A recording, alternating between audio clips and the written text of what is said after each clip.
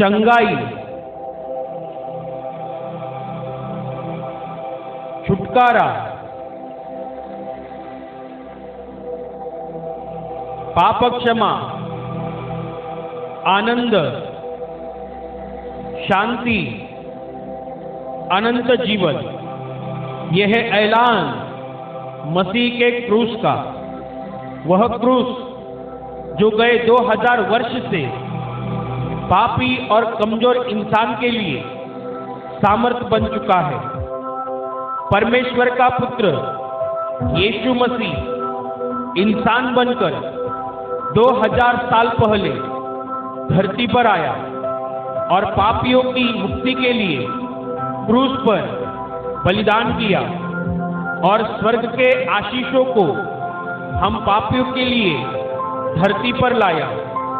इसलिए बाइबल कहती है कि परमेश्वर ने जगत से इतना प्रेम रखा कि उसने अपना इकलौता पुत्र दे दिया, ताकि जो कोई उस पर विश्वास करे वह नष्ट ना हो परंतु अनंत जीवन पाए।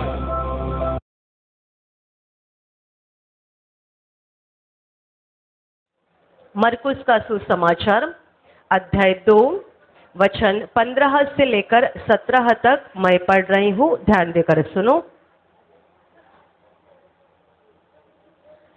जब वह उसके घर में भोजन करने बैठा, तब बहुत से चुंगी लेने वाले और पापी यीशु और उसके चेलों के साथ भोजन करने बैठे, क्योंकि वे बहुत से थे और उसके पीछे हो लिए थे। शास्त्रियों और फरीसियों ने यह देखकर कि वह तो पापियों और चुंगी लेने वालों के साथ भोजन कर रहा है, उसके चेलों से कहा, वह तो चुंगी लेने वालों और पापियों के साथ खाता पीता है। यीशु ने यह सुनकर उनसे कहा, भले चंगों को वैद्य की आवश्यकता नहीं, परंतु बीमारों को है। मैं धर्मियों को नहीं परंतु पापियों को बुलाने आया हूँ। Hallelujah, hallelujah, hallelujah, hallelujah, hallelujah, hallelujah.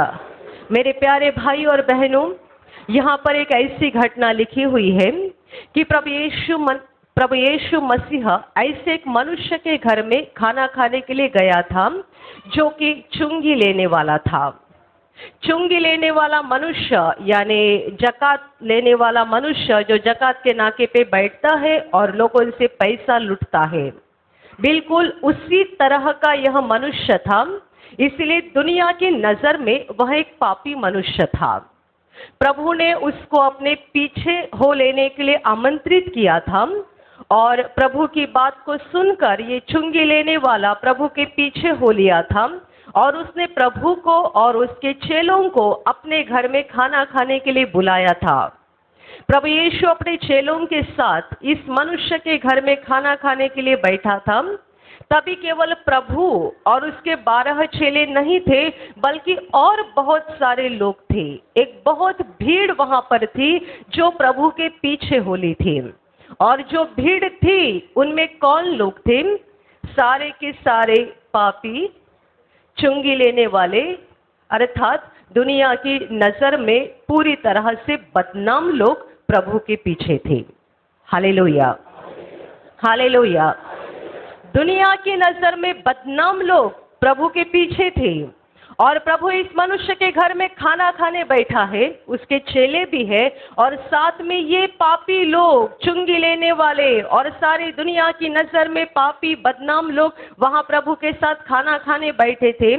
और जब भी शास्त्री और फरीसी अर्थात धर्म पंडित उन्होंने देखा कि ये अपने आप को परमेश्वर का पुत्र कहता है, प्रभु यीशु कहता है कि मैं परमेश्वर का पुत्र हूँ, मैं स्वर्ग से आया हूँ, ये यदि परमेश्वर का पुत्र है, ये परमेश्वर के काम दिखा रहा है, इसका मतलब ये पवित्र होना चाहिए। और यदि ये पवित्र होगा तो पापियों के साथ खाना क्यों खा रहा है? उन्हें ये बात हजम नहीं हो रही थी कि परमेश्वर का पवित्र पुत्र पापी लोगों के साथ कैसे बैठ के भोजन कर रहा है। परमेश्वर का पवित्र पुत्र पापी लोगों के साथ क्यों खाना खा रहा है? धर्म पंडित आपस में कुड़कुड़ाने लगे और आगे जाकर उन्होंने ये बात उनके चेलों को बताई, प्रभु के चेलों को बताई कि ये तो पापियों के साथ, चुंगी लेने वालों के साथ खाना खा रहा है, उनके साथ बैठा है भोजन करने के लिए। जब शास्त्री और फरीसियों ने ये बात चेलों को बताई, तब चेलों ने जवाब नहीं दिया, बल्कि प्रभु ने जवाब दिया। प्रभु ने उनकी बात को सुन लिया और प्रभु ने उन्हें जवाब दिया। उसका जवाब ऐसा था कि भले चंगों को, यानी जो बीमार नहीं है, ऐसे व्यक्ति को वैद्य की आवश्यकता नहीं होती है। जो बीमार नहीं उसे डॉक्टर की जरूरत नहीं, बल्कि बीमार व्यक्ति को वैद्य की जरूरत होती है। मैं धर्मियों को बुलाने नहीं आया हूँ, बल्कि पापियों को बुलाने के लिए आया हूँ। Hallelujah, hallelujah, hallelujah, hallelujah. मेरे प्यारे भाई और बहनों, 2000 साल पहले परमेश्वर का पुत्र यीशु मसीह इस धरती पर इसी एक मकसद से आया था, पापियों को बुलाने के लिए, पापियों को मन फिराव का अवसर देने के लिए, पापियों को बदलने के लिए और पापियों के लिए स्वर्ग का दरवाजा खुला करने के लिए यीशु मसीह स्वर्ग से धरती पर आया था। पर धर्म पंडित जो अपने आप को बहुत धर्मी समझते थे, अपने आप को बहुत पवित्र समझते थे, वहाँ परमेश्वर के इस मकसद को और इस योजना को अच्छे से नहीं जान पा रहे थे। यीशु जब इस धरती पर था, सबसे पहली बात उसने एक गरीब घराने में जन्म लिया। प्रभु का बाप यूसुफ एक बढ़िया का काम करता था, कारपेंटर था। ऐसे मनुष्य के घर में प्रभु ने जन्म लिया। वो बचपन से ही साधारण लोगों के साथ में बढ़ा, पला, उनके ही साथ रहा। जब उसकी आयु की 30 साल पूरी हो गई, तब उसको परमेश्वर ने पवित्र आत्मा से भर दिया।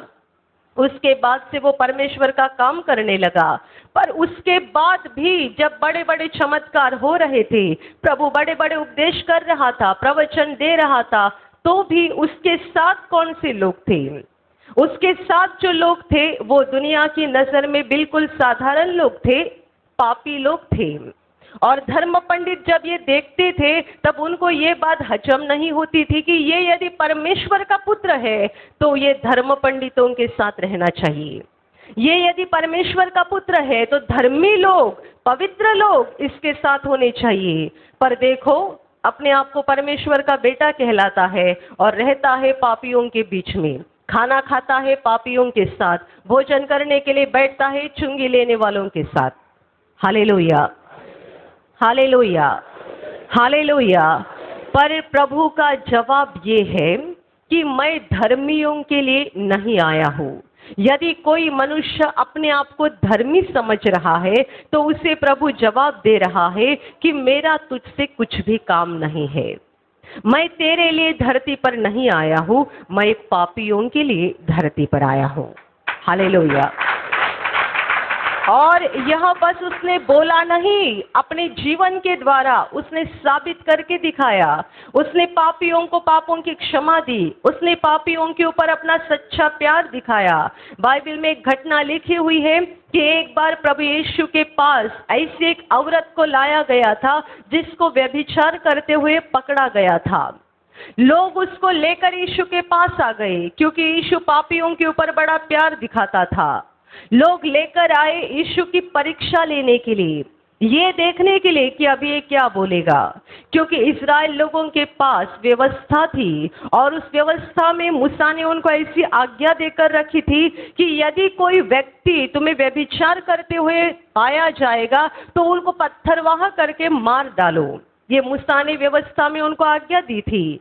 इसीलिए उनकी नजर में ये औरत को हमने पाप करते हुए पकड़ा है तो अभी हम उसको पत्थर फेंककर मार डालेंगे, क्योंकि व्यवस्था में हमको मूसा ने यह आज्ञा देकर रखी है। जब ये लोग प्रभु यीशु के पास उस औरत को लेकर आए, प्रभु की परीक्षा लेना चाहते थे, ये देखना चाहते थे कि पापियों के ऊपर बड़ा प्यार दिखाता है, अभी क्या बोलेगा। हमने तो इसे पाप करते हुए पकड़ा है और हमारी व्यवस्था कहती है कि ऐसे लोगों को पत्थरवाह करके उनको मार डालना चाहिए। लोग प्रभु को पूछने लगे, देखो हमने इसे पाप करते हुए पकड़ा है और मूसा ने हमें ऐसा ऐसा कह दिया है कि हमें ऐसे लोगों को जान से मार डालना चाहिए, तो तुम बताओ तुम क्या कह रहे हो? तुम परमेश्वर की ओर से आए हो, अपने आप को परमेश्वर का बेटा बता रहे हो, तो अभी आप बताओ कि हमें इस औरत के साथ क्या करना चाहिए, क्योंकि हमारी व्यवस्था हमें इस तरह से करने के लिए बोल रही है। प्रभु ने कई समय तक कुछ भी जवाब नहीं दिया। बाइबल में ऐसा लिखा है कि प्रभु झुककर जमीन के ऊपर कुछ तो लिखते जा रहा था, कुछ तो लिखते जा रहा था, पर लोग बार बार उसको परेशान करने लगे, बताओ क्या करना चाहिए? हमारी व्यवस्था हमें कहती है कि ऐसे लोगों को जान से मार डालना चाहिए, तेरा क्या कहना है? लोगों ने बहुत सताया, बहुत परेशान किया, तभी प्रभु ने गर्दन ऊपर की, उठा और प्रभु ने उनको इतना ही कहा, तुम में से जिसने पाप न किया हो वो इससे पहला पत्थर मारे। जैसे ही प्रभु ने कहा तुम में से जिसने पाप न किया हो वह इससे पहला पत्थर मारे, बाइबल कहती है बूढ़े से लेकर छोटे बच्चे तक सब कोई उनको छोड़कर वहां से निकल गए। Hallelujah, hallelujah, hallelujah. मूसा की आज्ञा एक मनुष्य के लिए नहीं थी, सबके लिए थी। आप इस औरत को मारना चाहते हैं, क्यों? क्योंकि आपने उसको पाप करते हुए पकड़ लिया है। पर यीशु परमेश्वर का पुत्र कहता है यदि आप में कोई निष्पाप है जिसने कभी पाप न किया हो तो वह उसे पहला पत्थर मारे। निष्पाप कौन था?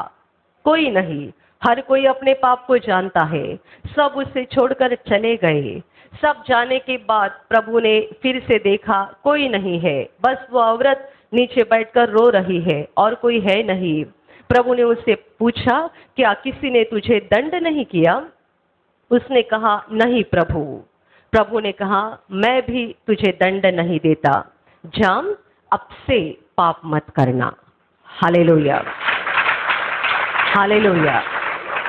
जो कोई निष्पाप है वह इस औरत के ऊपर पहला पत्थर मारे। वहां पर एक ही निष्पाप था, यीशु मसीह परमेश्वर का पुत्र।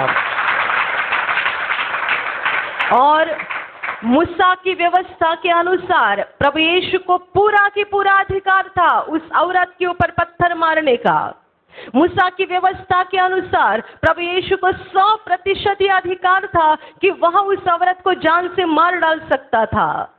और यीशु ने कहा भी ये था कि जो निष्पाप है वह पहला पत्थर मारे। कोई नहीं था निष्पाप, पर प्रभु निष्पाप था, उसने पत्थर नहीं मारा।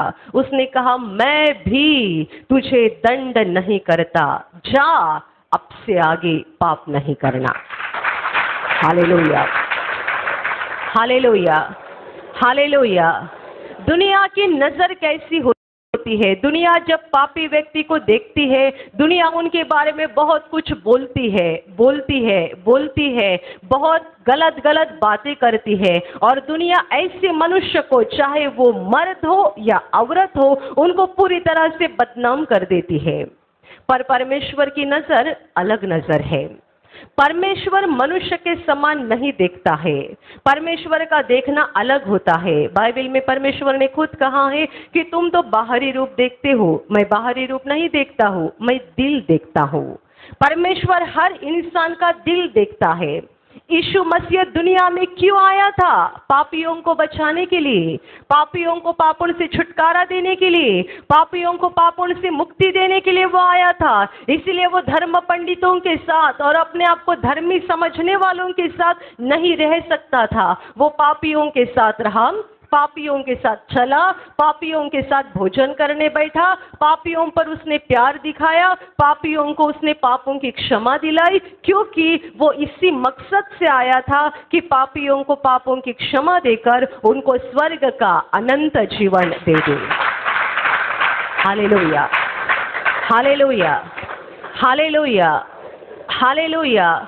इतने सालों के बाद ये जो घटना यहाँ पर लिखी है, इसे 2000 साल हो गए। 2000 साल बाद भी आज दुनिया की नजर में कुछ भी फर्क नहीं पड़ा है, कुछ भी अंतर नहीं हुआ है।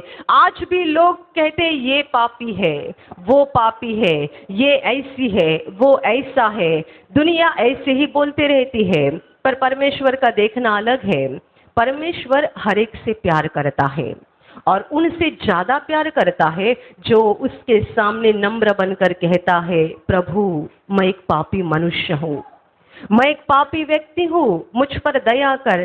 ऐसे बोलने वाले पापी पर परमेश्वर सबसे ज्यादा तरस खाकर उनके ऊपर सबसे ज्यादा दया करता है। कई लोग यहाँ पर गवाही देते हैं, शराब का व्यसन छूट गया। आप मुझे बताओ, शराबी को दुनिया में क्या कीमत होती है?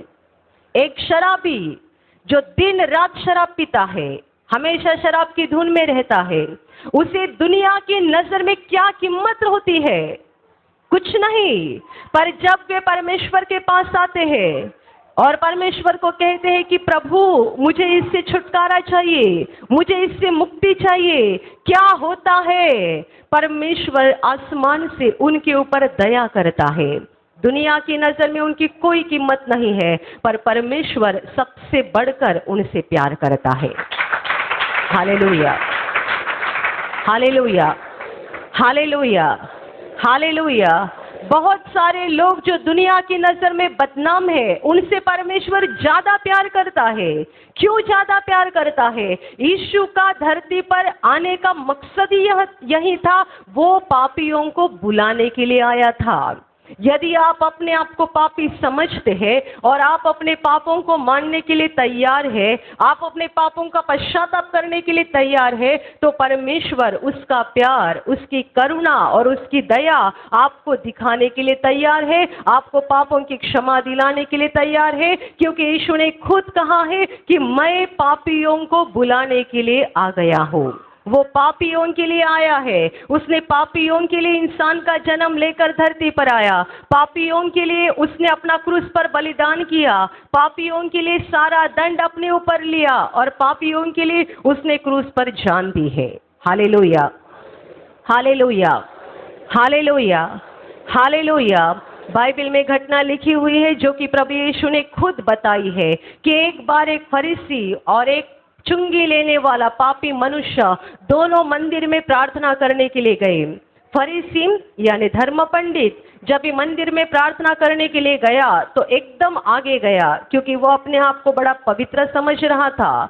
और आगे जाकर उसने परमेश्वर से ऐसी प्रार्थना की कि हे प्रभु, दूसरे लोग पापी है, मैं उनकी तरह नहीं हूँ।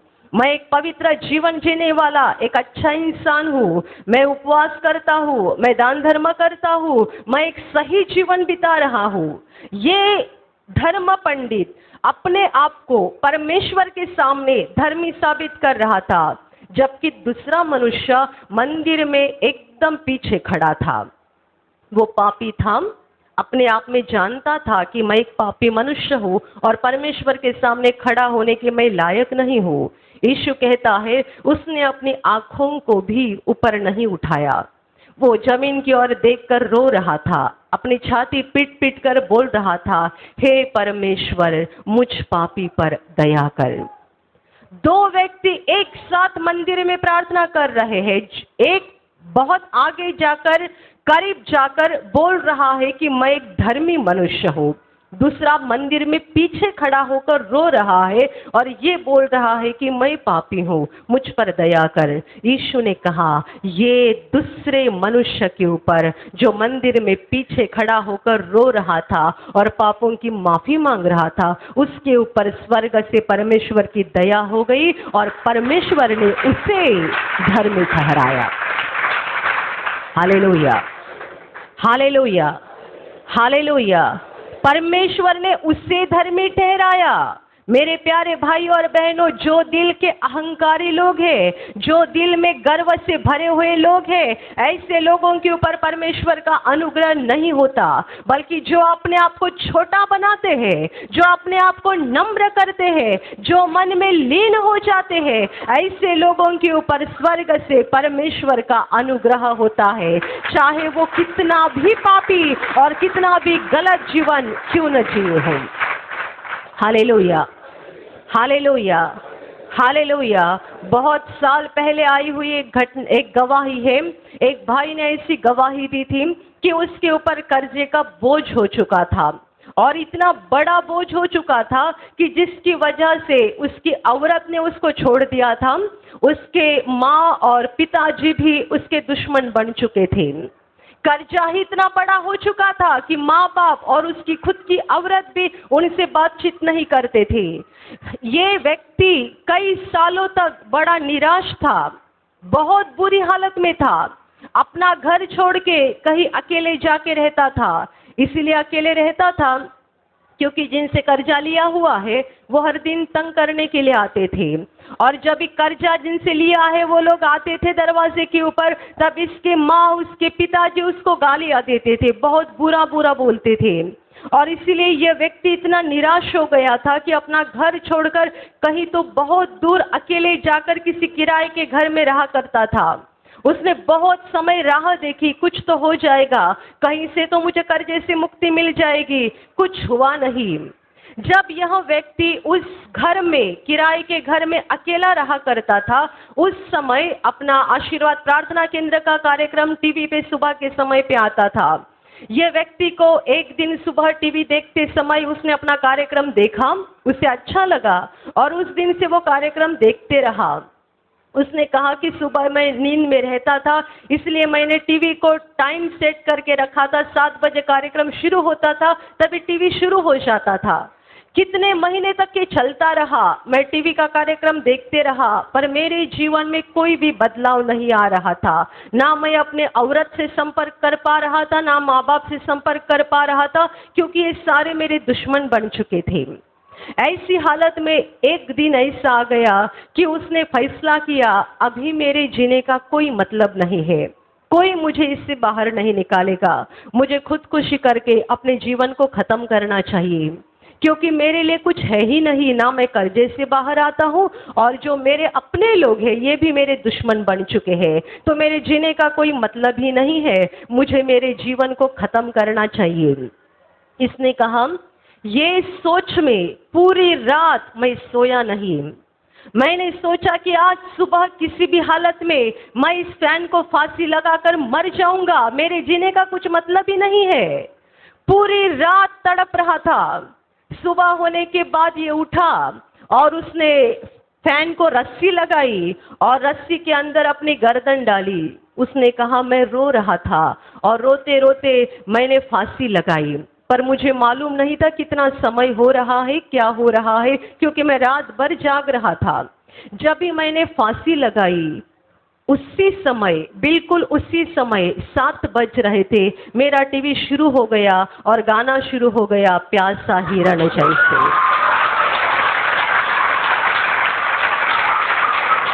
Hallelujah, hallelujah. वो गाना शुरू हो गया। वो बोलता है कि जैसे मैंने फांसी लगाया, मेरा टीवी शुरू हो गया, गाना चालू हो गया और रस्सी टूट गई और मैं नीचे गिर गया। हालेलुया।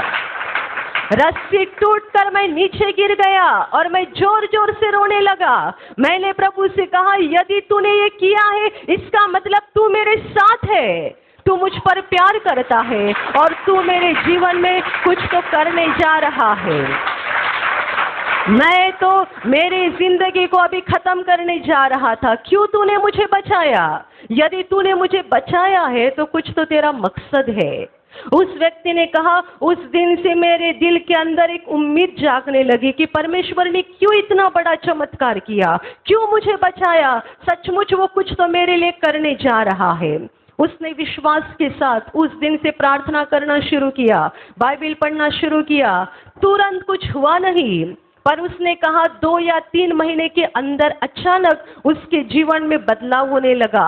कहीं तो उसका एक पुराना मकान था जो बेचने के लिए वो कितने सालों से कोशिश कर रहा था, बेचा नहीं जा रहा था। अचानक वो घर एक बड़ी कीमत में बेचा गया और ये घर बेचने के बाद उसका पूरा कर्जा अदा हो गया। उसे पूरी तरह से कर्जे से छुटकारा मिल गया। उसके बाद उसका अपना खुद का बिजनेस था जो कि कितने महीनों से बंद हो चुका था, क्योंकि ये अकेला दूर रहता था, बिजनेस भी नहीं करता था। पर जब कर्जा खत्म हो गया उसके बाद उसने दोबारा बिजनेस शुरू किया। ये घटना के 8 या 9 महीने के बाद ये भाई गवाही देने के लिए आए थे और उसने कहा, आज मेरा जीवन परमेश्वर के आशीषों से बहुत भरा हुआ है, बहुत भरा हुआ। आप जरा सोचो, ऐसे व्यक्ति जिसके ऊपर ना उसकी औरत प्यार करती है, ना उसके पिताजी प्यार करते हैं, ना उसकी माँ प्यार करती है, पर उसका सच्चा बाप जो स्वर्ग में है उसका प्यार खत्म नहीं हुआ, उसका प्यार खत्म नहीं हुआ। दुनिया आपको कुछ भी बोलती होगी, पर ये मत भूलो कि आपका सच्चा बाप आपसे प्यार करता है। दुनिया आपको बुरा कहती होगी, दुनिया आपको गलत सोचती होगी, दुनिया आपके बारे में कुछ भी गलत बोलती होगी, तो भी ये मत भूलो कि परमेश्वर आपसे प्यार करता है। आपने पाप किया होगा, आपका जीवन पाप की गंदगी से भरा होगा, तो भी परमेश्वर आपको छुटकारा देना चाहता है, वो आपको मुक्ति दिलाना चाहता है, वो आपको आशीषित करना चाहता है। इसीलिए तो परमेश्वर इंसान बनकर धरती पर आया। यीशु मसीह परमेश्वर का पुत्र इंसान बनकर धरती पर आया और उसने खुद ऐलान किया है, मैं धर्मियों के लिए नहीं आया हूँ, पापियों के लिए आया हूँ। हालेलुया। यदि आप पापी हैं तो यीशु मसीह आपके लिए आ गया है। यदि आप दुनिया में बदनाम व्यक्ति है तो यीशु मसीह आपके लिए आ गया है। यदि आप अपने आप को पापी, गुनहगार और अधर्मी समझते हैं तो यीशु मसीह आपके लिए आ गया है। और वो केवल आपके लिए नहीं आया है, बल्कि वो आपको पापों की क्षमा दिलाता है और ये जीवन खत्म होने के बाद वो आपको स्वर्ग का अनंत जीवन देना चाहता है। Hallelujah, hallelujah, hallelujah. कोई आपसे प्यार नहीं करता होगा, आपके गंदे जीवन के कारण, आपके बुरे बर्ताव के कारण सबों ने आपका साथ छोड़ दिया होगा, पर ये मत भूलो, जिसने आपको बनाया है, जिसने आपको जीवन दिया है, जिसने आपको धरती पर भेजा है, वो परमेश्वर आपसे प्यार करता है। उसने आपको नहीं छोड़ा है। आपके पिताजी ने आपको छोड़ा होगा, माँ ने छोड़ा होगा, आपके नजदीक के लोगों ने आपको छोड़ा होगा, पर वो आपको कभी नहीं छोड़ेगा, क्योंकि वो आप पर प्यार करने वाला आपका सच्चा बाप है। प्रभु ने किसी भी पापी व्यक्ति के ऊपर कभी भी इल्जाम नहीं लगाया। पूरे नए नियम में आप पढ़ो, जितने पापी लोग प्रभु के पास आ गए, उसने सबों के ऊपर प्यार दिखाया, सबके ऊपर प्यार दिखाया। हम दूसरों के दोष दिखाते हैं, पर प्रभु के पास जितने लोग आ गए उसने सबके ऊपर प्यार दिखाया और सबों को उनके पापों की क्षमा कर दी। Hallelujah, hallelujah, hallelujah. मेरे प्यारे भाई और बहनों, यदि कोई मनुष्य अपने आप को अच्छा, सही, धर्मी, पवित्र समझ रहा है तो आपका यीशु से कुछ भी लेना देना है नहीं। यीशु मसीह पवित्र लोगों के लिए नहीं आया है, धर्मियों के लिए नहीं आया है, बल्कि वो पापियों के लिए आया है, अधर्मी लोगों के लिए आया है। यदि आप पापी है, अधर्मी है, तो यीशु आपको उसके पास बुला रहा है। वो आपको पापों की क्षमा देना चाहता है, वो आपको पापों से मुक्त करना चाहता है, वो आपको स्वर्ग के आशीषों से भर देना चाहता है। जब यीशु खुद इस संसार में था तब पापी लोग उसके पीछे जा रहे थे। क्यों? क्योंकि यीशु ने उनके ऊपर जितना प्यार दिखाया उतना प्यार उनको दुनिया में किसी ने दिखाया नहीं था। पापी लोग, व्यभिचारी औरतें, चुंगी लेने वाले लोग क्यों यीशु के पीछे जा रहे थे? क्योंकि यीशु ने जो उनको प्यार दिखाया वो प्यार उनको दुनिया में किसी ने नहीं दिखाया था। Hallelujah, hallelujah, hallelujah. मेरे प्यारे भाई और बहनों, परमेश्वर आपसे प्यार करता है। परमेश्वर आपसे सचमुच प्यार करता है। चाहे दुनिया आपके बारे में कुछ भी बोलती होगी, कुछ भी सोचती होगी, कुछ भी फैसला लेती होगी, पर ये मत भूलो कि यीशु आपसे प्यार करता है।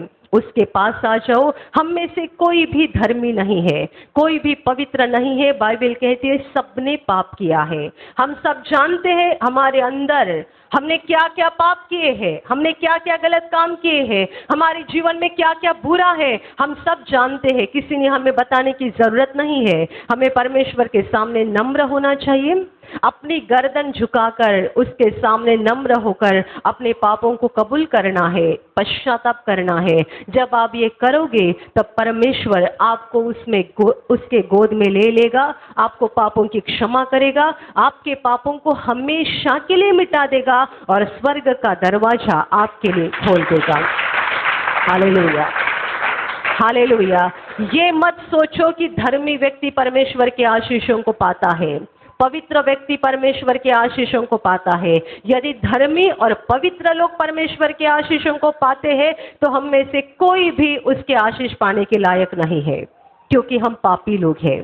पर यीशु ने कहा है वो पापियों के लिए आया है। पश्चाताप करो, मन फिराओ, उसके पास आओ, क्योंकि वो आपको क्षमा दिलाना चाहता है, वो आपको स्वर्ग के आशीष देना चाहता है और वो आपको मरने के बाद स्वर्ग का अनंत जीवन देना चाहता है। हालेलुया। और अभी मैं आपके लिए प्रार्थना करने जा रही हूँ। आपके शरीर के जिस भाग पर बीमारी है पूरे विश्वास के साथ वहां पर हाथ रखो, और यदि वहां हाथ नहीं रख सकते हैं तो अपने सीने पे हाथ रखो। पूरा विश्वास करो कि प्रभु यीशु अभी आपको छूकर ठीक करेगा। प्रभु यीशु अभी आपको छूकर आपके जीवन में अद्भुत काम करेगा। आपके शरीर में से हर बीमारी प्रभु यीशु के पवित्र नाम से इसी क्षण निकल जाए। आपके जीवन का सारा दुख प्रभु यीशु के नाम से इसी क्षण निकल जाए। आपके जीवन में काम करने वाली सारी अंधकार की शक्ति प्रभु यीशु के नाम से आपके जीवन से निकल जाए।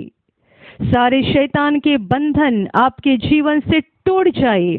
हर दुष्टात्मा को प्रभु यीशु के नाम से मैं आज्ञा दे रही हूँ, इसी क्षण इन्हें छोड़कर निकल जाओ और वापस उनमें नहीं आना। आपका जीवन परमेश्वर के आशीषों से भर जाए। स्वर्ग की शांति और स्वर्ग की खुशी पवित्र आत्मा आपके दिल में भर दे। आमीन।